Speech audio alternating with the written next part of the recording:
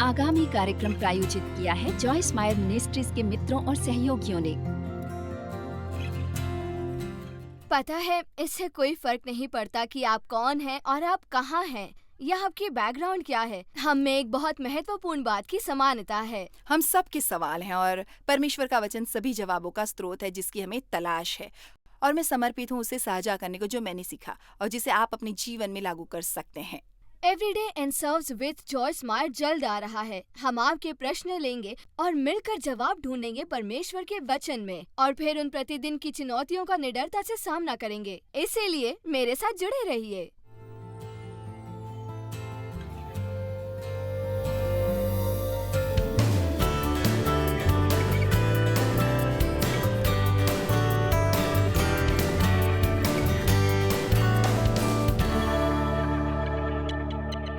भजन संहिता 37 वचन 1। आज संसार में बहुत सी बातें हो रही हैं और यहाँ वो है जो बाइबल में लिखा है, कुकर्मियों के कारण मत कूड़।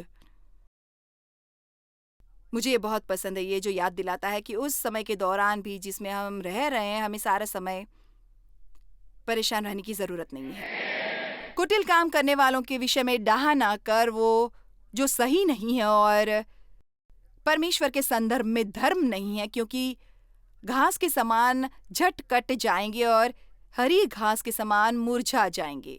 अब मैं थोड़ी देर के बाद वचन 2 के बारे में कुछ कहूंगी, पर बस ये परमेश्वर की ओर से एक परमेश्वरीय आज्ञा है कि दुष्ट लोग यदि वे नहीं बदलते तो वो घास के समान काट दिए जाएंगे। मुझे पता नहीं परमेश्वर की टाइमिंग क्या है, पर परमेश्वर आएंगे और वो निपटेंगे कुटिलता से और बुराई से। यहोवा पर भरोसा रख, निर्भर रहे, उस पर झुके रहे और विश्वास से परिपूर्ण रहे और भला कर। परमेश्वर पर भरोसा रख और भला कर। हमें ऐसे समय क्या करने की जरूरत है जिसमें हम रह रहे हैं। परमेश्वर पर भरोसा रख और भला कर। ये एक सरल सा छोटा फॉर्मूला है। ना केवल परमेश्वर पर भरोसा रख, पर परमेश्वर पर भरोसा कर, पर कुछ कर। आज मैं परमेश्वर की सप्रभुता पर बात करने वाली हूं और मनुष्य की जिम्मेदारी के बारे में। आप देखें, परमेश्वर की प्रभुता है, वो कुछ भी कर सकते हैं जो वो चाहें। पर एक बात जो बहुत अद्भुत है वो है उन्होंने अपनी सप्रभुता में ये फैसला किया है कि वो हमारे सहभागी होना चाहते हैं, और ये कि वो जाकर वो स्वयं ही सब कुछ नहीं करना चाहते हैं, पर वे हमारे जरिए बातें करना चाहते हैं। ना केवल ये, उन्होंने एक निडर कदम उठाया है और मनुष्य को एक स्वतंत्र इच्छा दी। परमेश्वर चाहते हैं कि हम अपनी स्वतंत्र इच्छा का इस्तेमाल करके उनकी इच्छा को चुनें। ये हमारे जीवन में बहुत बड़ा बुलावा है। वो रोबोट नहीं चाहते, वो कठपुतलियां नहीं चाहते, इसलिए उन्होंने हमें स्वतंत्र इच्छा दी। और यदि कोई नर्क में जाना चाहता है, परमेश्वर ऐसा करने के लिए उनके अधिकार का बचाव करेंगे। मेरा मतलब है ये सच है और मुझे यकीन है आप में से कोई पता लगा पा रहा है। यदि कोई बस परमेश्वर से प्रेम नहीं करना चाहता तो आप उनसे परमेश्वर को प्रेम नहीं करवा पाएंगे। ये वो फैसला है जो उन्हें करने को मिलता है, पर उन्हें उसकी जिम्मेदारी भी लेनी पड़ती है। जो फैसला वो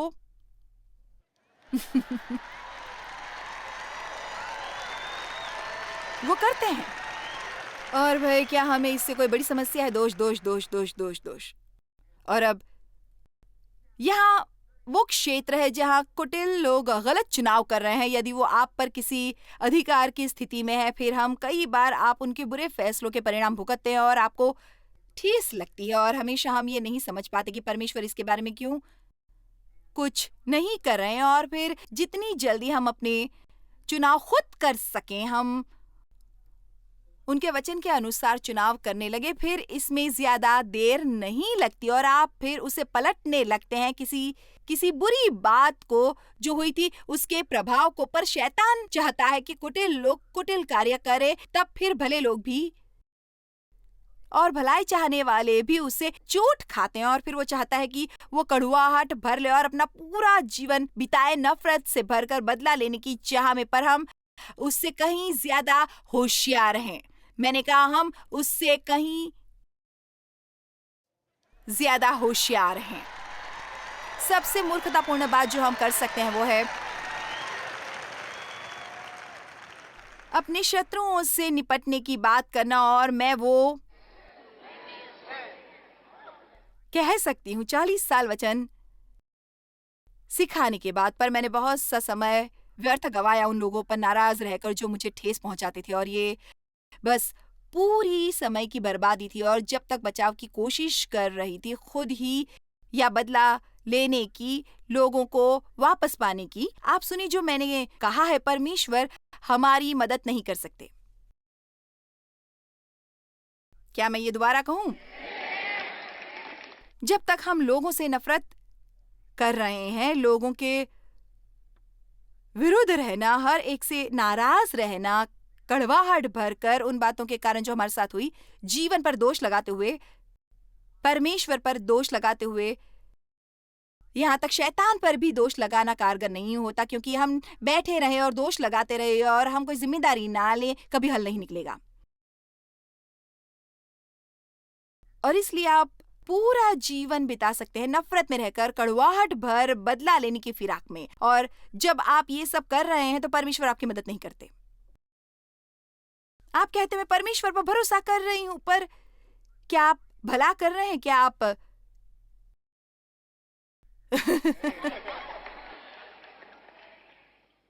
क्या आप क्षमा कर रहे हैं? क्या आप शत्रुओं के लिए प्रार्थना कर रहे हैं? अपनी पीड़ा के दौरान आप किसी के लिए आशीष बन रहे हैं? चलिए भी। खैर, मैं परमेश्वर पर भरोसा कर रही हूं, पर देखिए ये काफी नहीं है। मैं आज यहां से चली जाती हूं और कहती हूं आप में से कितने परमेश्वर पर भरोसा करते हैं, तो एक भी हाथ नहीं खड़ा होगा। और अगर मैंने कहा होता आप में से कितने वो करें जो परमेश्वर ने आपसे करने को कहा है।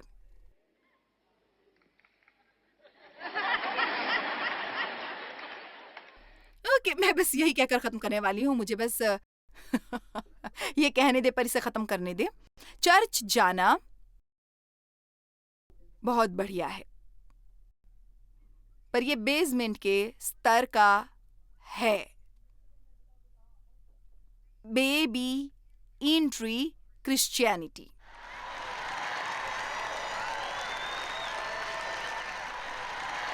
एक मसीह के रूप में आपको कहने भर के लिए बस यही है।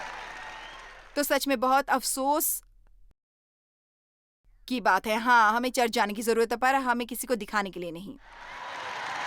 समाज से बाहर जाने के लिए तैयार होकर और यीशु का प्रतिनिधित्व करने के लिए जाना चाहिए। मैं ये सुनते सुनते बहुत तंग आ गई हूं।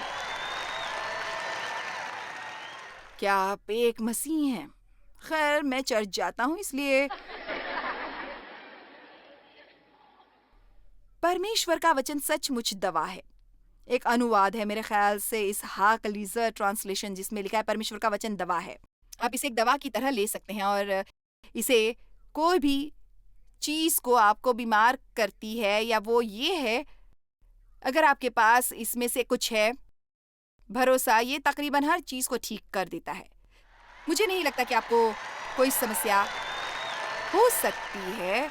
वो जिस किसी के लिए भी काम करता है, और आप जितने चाहें दिनों तक ले सकते हैं। पर मैं आपको चेता देना चाहती हूँ, मुझे आपको चेतावनी देने की जरूरत है। इसके कुछ गंभीर साइड इफेक्ट्स हो सकते हैं। इस दवा के साइड इफेक्ट्स हैं शांति, आनंद, स्थिरता, आत्मविश्वास। ओह, शांति, स्थिरता, आत्मविश्वास। ओह माय गॉश, पूरी तरह बेहतर जिंदगी।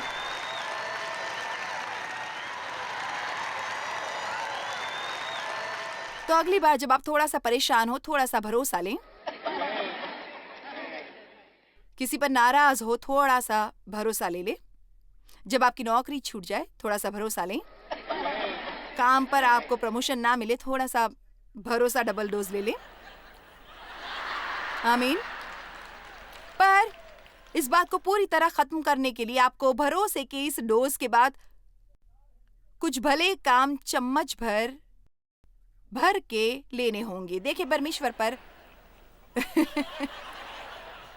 भरोसा रखें और भला करें। मैं सचमुच ये सोचती हूँ कि हमें इसे मिस करना नहीं चाहिए। वो शानदार चीजें, भजन संहिता 37:3 में ये जीवन बदलने वाला हो सकता है। डरे ना उस भारी बुराई और कुटिलता से जो संसार में हो रही है, जो आज संसार भर में हो रही है। इसकी चिंता न करें, मैं क्या करूंगी, मेरा क्या होगा, मेरे भविष्य का क्या होगा, मेरे बच्चों का क्या होगा। वो सही समय पर वापस आएंगे और ये समय जब भी हो, हमें बस तैयार रहने की जरूरत है। चाहे ये आज रात को हो या आज से 10 साल बाद। मैं कई बार सोचती हूँ, हम में से कुछ की ये पूर्व धारणा है ये जानने की कि यीशु कब आ रहे हैं, क्योंकि हम इंतजार करना चाहते हैं 1 सप्ताह या 2 सप्ताह इससे पहले कि हम तैयार हैं। मैं बस तैयार रहती हूँ। मैं तैयार हूँ प्रभु, आओ मुझे ले जाओ। आमीन। और इसलिए हम परमेश्वर पर भरोसा करना चाहते हैं और हम भला करना चाहते हैं। वही बात डॉक्टर यीशु मरीज कोई भी हो, जितनों के लिए मर्जी ले, जब तक कि आपको इसकी जरूरत है। अंतहीन साइड इफेक्ट्स, चरम खुशी और स्वर्ग के फल। और ये बिल्कुल सच है। भजन संहिता 37 हमें बताती है कि जब परमेश्वर तैयार है, वे कुटिलों से निपट लेंगे। और इस बीच हमारा काम ये नहीं कि हम कहें बढ़िया परमेश्वर उसे पकड़ ले, नहीं। हमारा काम है कि हम उसके लिए प्रार्थना करें और हमें दया, हमदर्दी और करुणा होनी चाहिए लोगों के लिए जो अंधकार में जी रहे हैं और वे इतने अविश्वसनीय तरीके से धोखे में हैं और खोए हुए हैं। वचन 4 में लिखा है, यहोवा को अपने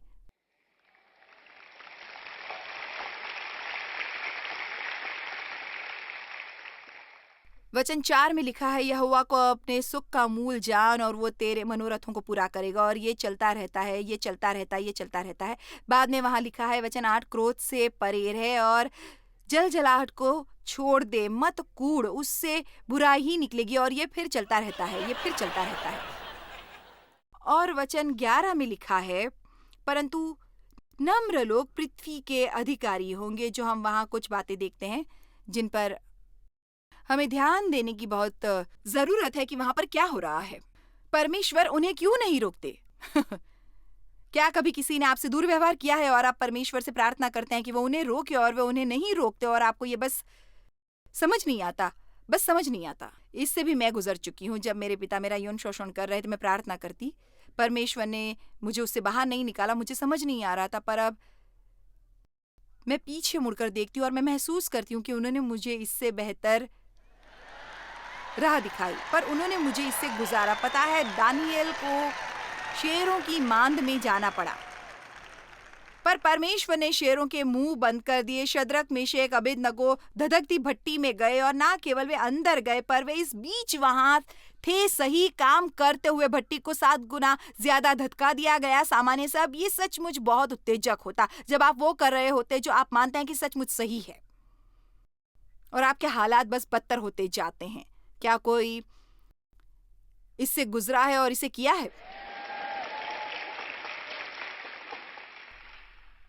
मैं पीछे मुड़कर देखती हूँ, मुझे पता लगता है हालांकि परमेश्वर ने बाहर नहीं निकाला, उन्होंने मुझे इससे गुजार दिया और उन्होंने मुझे कुछ बनाया, उन्होंने मुझ में कुछ किया। उन्होंने मेरे प्राण को फौलादी बना दिया, एक शक्ति और पक्का इरादा जो मुझे पता नहीं कि मुझे ये कहीं से मिल पाता। और इसलिए परमेश्वर मुझे बाहर नहीं निकाल रहे, मैं फिर भी उन पर भरोसा कर सकती हूँ कि वो मुझे इससे गुजार देंगे।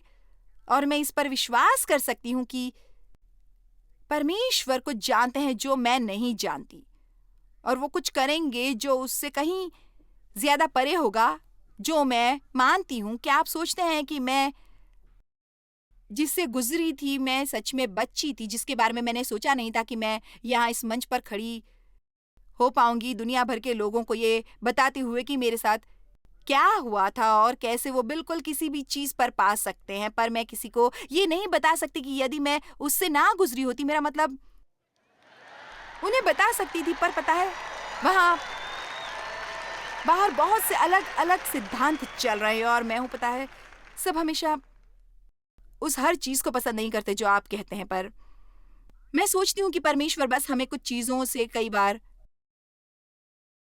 गुजरने देते हैं जो सचमुच सचमुच मूर्खतापूर्ण और अन्यायी लगता है, क्योंकि उन्हें जरूरत है कि कोई उससे गुजरे और विजयी होकर वहां से बाहर आए।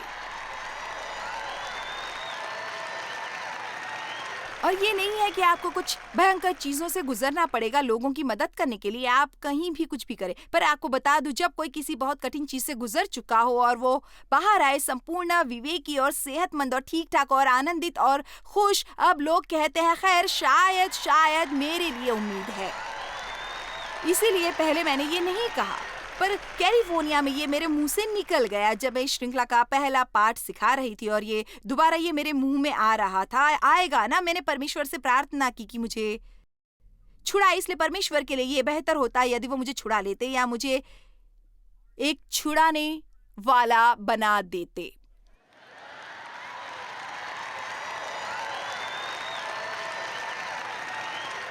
ओके, आप इसकी ओर देखें, मैं आपको कुछ बताऊंगी, मैं इससे भाग गई होती, पर यहां ही चुनाव आता है।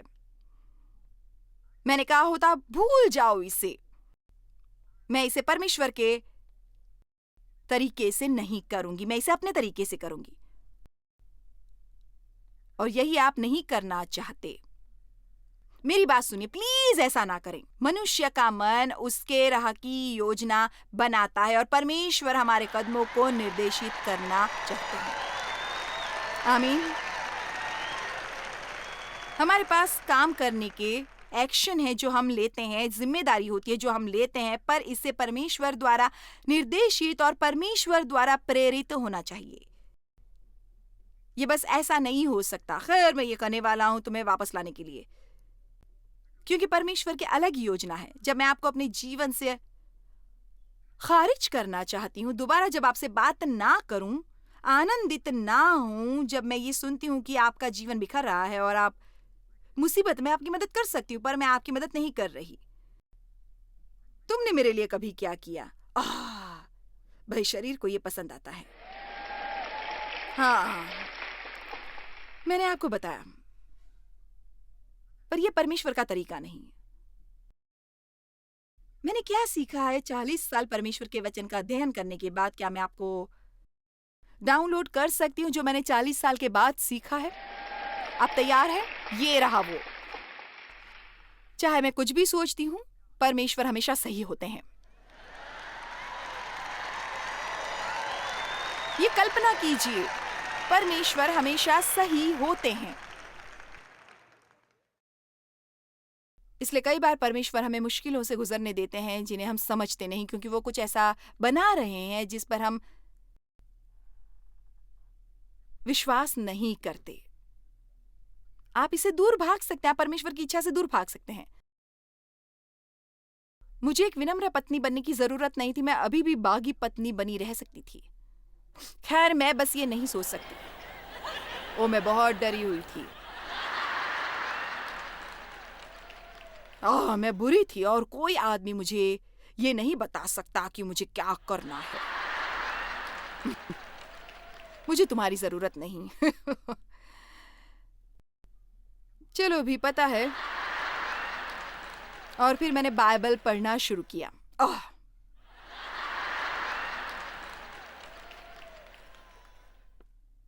अपने पति के अनुसार खुद को ढालना सीखें।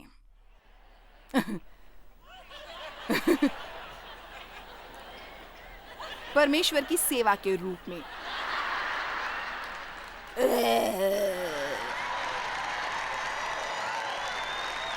प्रभु ये वो नहीं, बिल्कुल भी नहीं, बिल्कुल नहीं। पर देखिए ये बात है, अब मेरा मानना है कि हम कुछ लोगों से बात कर रहे हैं, ये वो बात है जो मुझ में नहीं थी और मुझे सीखने और वचन के प्रति आज्ञाकारी होने की जरूरत नहीं थी। मेरा उद्धार उस पर आधारित नहीं, मुझे वो करने की जरूरत नहीं थी। पर आज मैं यहाँ नहीं खड़ी होती अगर मैं वो नहीं करती।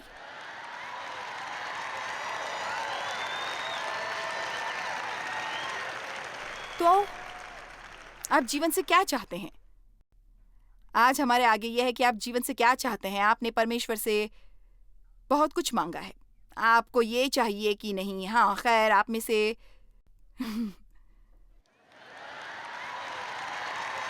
कुछ सुनिश्चित नहीं है। परमेश्वर पर भरोसा करें और भला करें। और भला करने का मतलब मेरे लिए दो बातें हैं और वे दो अच्छे हैं। नंबर एक, अपनी संपूर्ण क्षमता से वो करें जो आपका मानना है कि परमेश्वर आपको करने के लिए कह रहे हैं, उसे करें।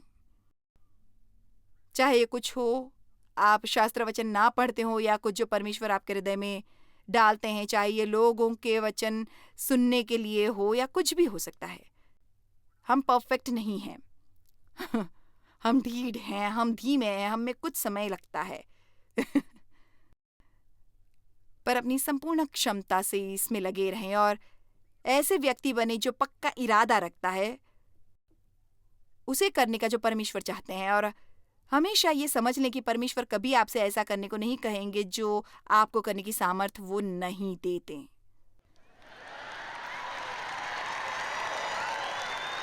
जहां भी परमेश्वर मार्गदर्शन करते हैं वे हमेशा उसे उपलब्ध कराते हैं। उनका अनुग्रह हमेशा पर्याप्त रहता है। और इसलिए भला करने के मतलब है अपनी संपूर्ण क्षमता से हर दिन उठे और वो करें जो मेरा मानना है, जो परमेश्वर को प्रसन्न करेगा। हमें परमेश्वर को प्रसन्न करने के लिए जीना है। और फिर नंबर 2, मेरा मतलब है भला करने का मतलब यही है जो ये कहता है जितना भला आप कर सकते हैं आप करें। हर जगह जहां आप कर सकते हैं करें, जिसके लिए कर सकते हैं करें, क्योंकि लोगों से अच्छाई करने की सामर्थ्य से ज्यादा आप में वो सामर्थ्य है। रोमियो 12:21 में लिखा है, बुराई को भलाई से पराजित कर सकते हैं। व्यक्तिगत रूप से ये सोचती हूँ कि परमेश्वर के राज्य का ये सबसे ज्यादा छुपा रहस्य है। कोई भी बुराई जो आपके साथ हुई है उसे उस पर पार पाने का तरीका यही है कि आप बाहर जाएं और किसी और के लिए भलाई करें। और ये सचमुच बहुत सामर्थ्यपूर्ण हो जाता है यदि आप उस व्यक्ति के लिए कुछ करते हैं। अब ये एक अलग ही स्तर है। पर परमेश्वर संप्रभु हैं और मेरे ख्याल से परमेश्वर की संप्रभुता के बारे में मैं बात करना चाहती हूँ क्योंकि मैं विश्वास करती हूँ, क्योंकि मैं बस ये करना चाहती हूँ। मुझे विश्वास है वो जो करते हैं अच्छा ही करते हैं हमारे लिए। परमेश्वर आपके जिगरी दोस्त नहीं और वे कोई सेंटा क्लॉज भी नहीं है। वो आपकी पूरी विश लिस्ट के गारंटर नहीं है। परमेश्वर पवित्र हैं और वे धर्मी और वे संप्रभु हैं। और इसका मतलब बहुत सरल भाषा में कि परमेश्वर कुछ भी कर सकते हैं जो वो करना चाहें, किसी भी समय जब वो करना चाहें, किसी भी जगह जहां वे करना चाहें, और इससे किसी का कोई लेना देना नहीं।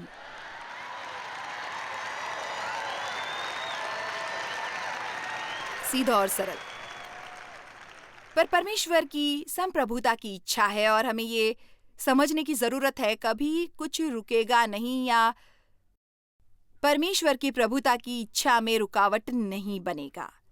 यदि परमेश्वर ने इसकी आज्ञा दी है और घोषणा दी है जहां उन्होंने कहा है कुकर्मी काट दिए जाएंगे, आप इसका निशान लगा लें। दुष्ट लोग जो दूसरों से दुर्व्यवहार करने से अपना जीवन बिताते हैं, वो इसे हमेशा नहीं करते रह सकते। न्याय का दिन आता है जहां ये अंत में लिखा है, विनम्र पृथ्वी के अधिकारी होंगे। ये परमेश्वर की ओर से एक राज की आज्ञा है कि यदि तुम परमेश्वर में बने रहे और कायम रहे, अंत में ये सब आपका होगा। हालेलुया, हमें ये सब मिल जाएगा। आमीन। पर हमें इस बीच में जीना होगा। और मैं कुछ वर्षों से शिक्षा देती रही हूँ बीच में समय पर पार पाने के बारे में, क्योंकि वो महत्वपूर्ण भाग है और वहाँ ही आप कायम रहते हैं और वहाँ ही आपको स्वयं को ये याद दिलाना पड़ता है परमेश्वर के पास एक योजना है। और मैं आपको कुछ बताऊंगी, यदि परमेश्वर की आपके लिए कोई योजना है तो शायद वहाँ कुछ कुटिल लोग होंगे रास्ते में, पर अंत में कोई नहीं, पर केवल आप परमेश्वर की योजना को स्वयं के लिए रोकेंगे। अब आप इसे रोक सकते हैं यदि आप चाहते हैं। क्या आपने मेरी बात सुनी? कोई और नहीं, पर केवल आप ही परमेश्वर की योजना को रोक सकते हैं।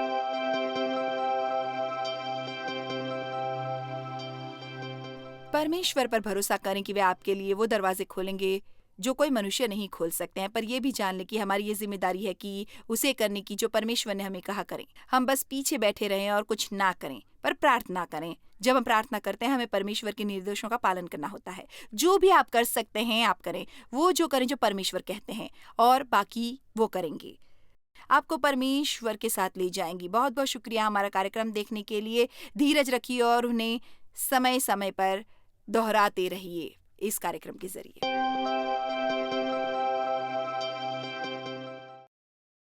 Joyce Mayar ministry mission outreach hand of hope. हम यहाँ आपदा के समय हाजिर रहते हैं। हम जरूरतमंद बच्चों की देखभाल कर रहे हैं। हम भूखे लोगों को खाना खिला रहे हैं। हम बहुत से तरीकों से मसीह का प्रेम बांट रहे हैं और ये सब आपके कारण है। मिलकर हम मसीह को समझ रहे हैं और लोगों से प्यार कर रहे हैं। जॉयस मायर मिनिस्ट्रीज में आप हमारे लिए बहुत ही कीमती हैं, जितना कि आप जानते हैं। हम आपकी सराहना करते हैं और इस सेविकाई को दुनिया भर में संभव बनाने के लिए हम अपने दोस्तों और सहभागियों को धन्यवाद देते हैं। हम साथ मिलकर भूखों को खाना खिलाते हैं, गरीबों को कपड़े देते हैं और कई देशों में सुसमाचार बांटते हैं। अपना प्रार्थना निवेदन भेजने के लिए कृपया आज ही संपर्क कीजिए jmmindia.org पर। हमारे स्रोतों के बारे में और भी जानिए। जॉयस की सभाओं की सूची देखिए हमारे साथ सहभागी बनने के लिए, क्योंकि हम दुनिया भर में मसीह के प्रेम को बांटते हैं।